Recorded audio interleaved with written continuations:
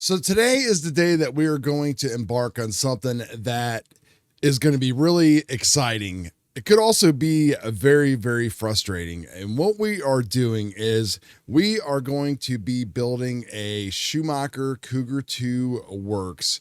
And we are going to be setting this thing up to run indoors on carpet here in the United States. I've seen people doing this across the pond with various releases of the Cougar, and we all know that vintage racing is huge across the world and it is slowly gaining popularity here in the United States, but mostly it's on the outdoor side. Well, we don't really do a lot of that around here. We do a lot of indoor type of stuff. So let's talk about this entire project and where my head's at with this thing. So I'm Chad. This is the Dorky and 40 RC channel, and we are going to start our Cougar Works 2 project today. So as many of you on the channel know, for the past year or so, we've been playing with the B7 back there, and we've got a very good basic setup on it from the 40 plus setup.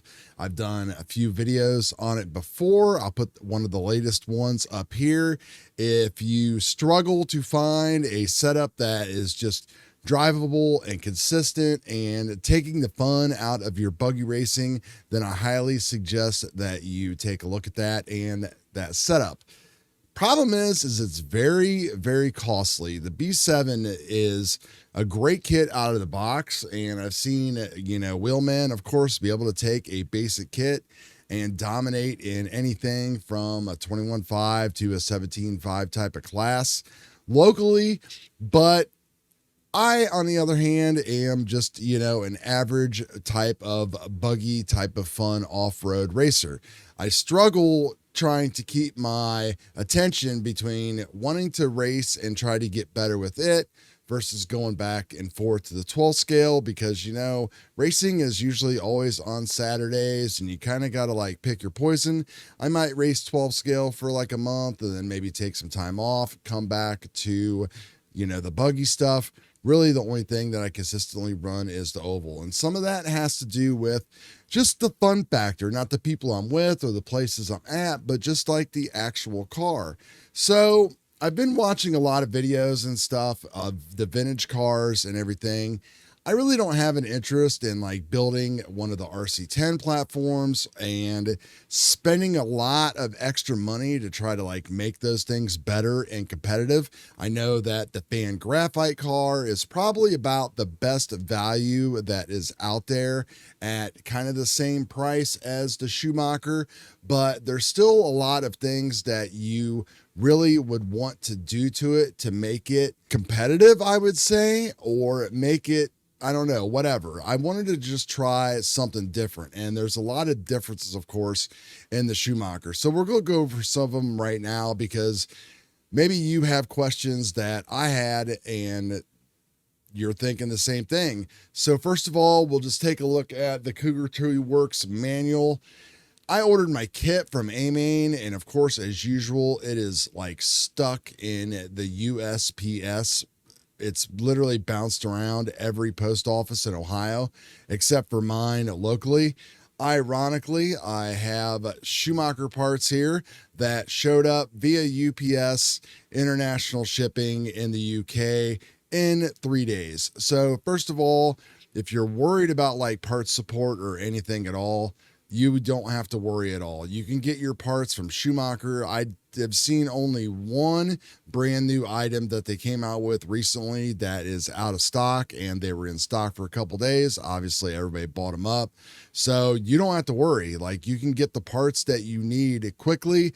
The pricing on the parts is extremely low compared to a lot of the money that we waste on all of these aftermarket type of parts that may or may not help our experience or make us faster. We always think about it in our head that they will. So we'll put that baby to bed right there. If you buy one of these kits off of A-Main for $340, then you are going to be able to get all of your part supports from Schumnacher UK and not have to worry about it. And hopefully as vintage grows, maybe we'll see some more of that stuff filter over here.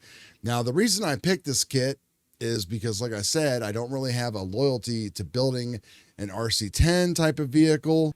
Don't care about spending money out the wazoo to build a Tamiya car and all that stuff. So even though we've spent some extra cash on the Schumnacher here, probably all in all, to get this thing ready for carpet, maybe we had to add about another $100 to $150, and we'll see how things go.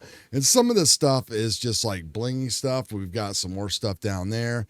But, you know, we started off with some basic stuff like the thing comes with like panhead Phillips screws. So we went and picked up some flathead and we just did them in gold to just kind of set off the purple chassis a little bit. So we've got all of our screws that we need. The wheels that the car comes with are the Aerodisc wheels, which are a two-piece wheel design, and they don't use hexes. Basically what happens is these things kind of slide on to the end of your hubs, and then you run a really long bolt through the pieces, and it screws in directly into the bearing and wheel and all-in-one axle housing that is built into the Cougar 2. And then all of the old vintage buggies, since they really weren't made for carpet, they are on wide wheels. Not a big deal. We can still run all of our slim carpet tires. All we have to do is kind of like what we do here in America, is just cut off this last edge here with an X-Acto knife, and then all of your slim tires that we use for carpet and stuff will fit on your wheels, no problem. The rears, don't have to worry. They're all the same size. One thing I have read, though, through the various type of forums and stuff, is that you can see that there's not a lot of like meat and stuff in these grooves here, and they're kind of open. So they're not they're considered what we would consider a flexi wheel. So they actually sell like inserts that you can put into these and glue them in to stiffen up the wheel. So probably going to have to actually get some of those to throw in there, so that way we've got a harder like rear wheel, and we should be good to go with that. One cool thing is you kind of browse through the Cougar 2 manual, and a lot of it is kind of self-explanatory, but it's all in all kind of a basic manual. They really give you what you need, not a lot of, I don't know, I guess you would say words or text to kind of like help you along. They do tell you, you know, what size of screws and everything that you're going to need. So that way, if you want to do things like replace them with the other size hex type of screws, you've got some measurements there. Some of the parts I've seen, like in the alloy pieces and stuff, you might want to tap those out. So that could be a little bit of an added pain in the neck. But I was hoping to have this thing done today. But since we didn't show up, we've got 2 weeks to focus on making this thing beautiful. So what else do we got for this kit? Well, we've got the Pro slipper conversion, and a lot of people, you know, buy this. They say it's kind of like a needed option, and maybe it's a dirt thing or whatever, but I think it also gives you a little bit more of a variation in spur gears that you can run. And then if you have this, you can also kind of retrofit regular associated Octolock gears on here and pads if you needed to. But the cool thing about like all of this different kind of stuff that you buy for upgrades, you can see here we've got the center carbon fiber brace, we've got the front carbon fiber pin brace, and we have their new upgraded steering set as well. All of this stuff comes with individual instructions, so that way you know how to build this stuff and add it to your car, so you don't have to worry about any of that stuff. You can also do something like we did here, which is their off-road wing mount set that they use for like the LD2, LD3, and you can throw this on there, so that way you don't have to worry about the old school wing mounting methods. You can mount like newer wings to the cars, take that out of the equation. And then, you know, we require things for carpet protection as well. So they've got the 3D printed or plastic front tower and rear nut protectors as well. So that way the carpet is all protected and everything else. And then on the Schumnacher page, there's also kind of some suggestions as far as like for setup, and then of course aftermarket parts and everything, things like roll bars, all that kind of stuff that you might need to race on carpet versus dirt. Going through the forums though, it's kind of hard to like kind of read through everything because a lot of these people just build these cars and stick them on the shelf, which, hey, you know, it is what it is, but I want to race this thing and see what we can do. Hopefully we can be competitive with it, but you know, we're going to have fun. And there's so many cool things that are built into this car that like are so different. You know, of course we're running a ball diff on carpet, which is different, but it's a belt driven ball diff. And instead of like dog bones and all that stuff in the back, they use like a roller type of system. And from all of the videos that I see, I watch the RC Vintage channel a lot, and he does a lot of indoor dirt racing, and the things that he explains about just how controllable and precise and everything the car is compared to like some of his other ones because of the design stuff that's kind of built into this, it makes it's very interesting to me.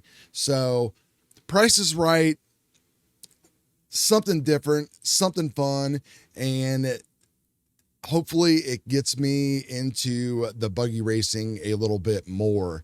And I know some other guys are planning or have already built some rear motor type of cars. Like we really don't have a vintage or rear motor type of class yet. We'll see how things go.